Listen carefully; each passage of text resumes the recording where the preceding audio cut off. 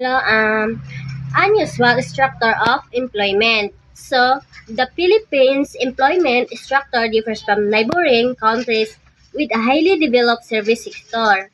So, 52% of job, 55% of GDP, while industrial sector remains underdeveloped 15% of employment of 31% of GDP. So, while industrial sector remains Malaysia, as Indonesia have a stronger industrial sector contributing more significant of economies.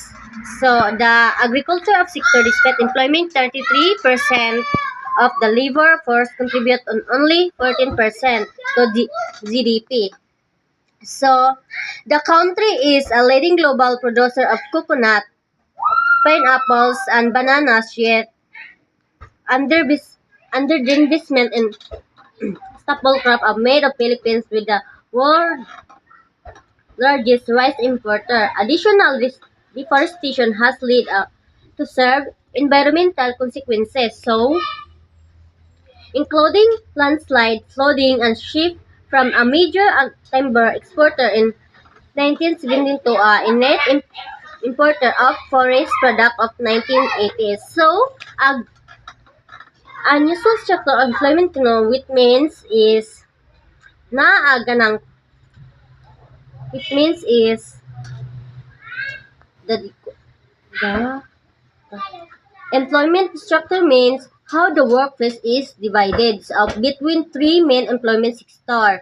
So, primary, secondary, tertiary, and tertiary. So, nata example of structure of employment. So, ang example ana mga farm labor, construction, expert consulting of domestic labor. So, ay na sa example of 3%. So, nata 3% of mga employment Bangladesh, Cambodia, China, India, ug Indonesia, Japan, Malaysia, Philippines, South Korea, Taiwan, Thailand, ug Vietnam. So, ang GDP mo ni ang GDP sa Bangladesh, Cambodia, China, India, ug Indonesia, Japan, Malaysia, Philippines, South Korea, Taiwan, Thailand, and Vietnam. So, mga agriculture nila, mga percent 45 and 58, mga so, the informal economy. Muna the informal economy, muna kanang informal employment is a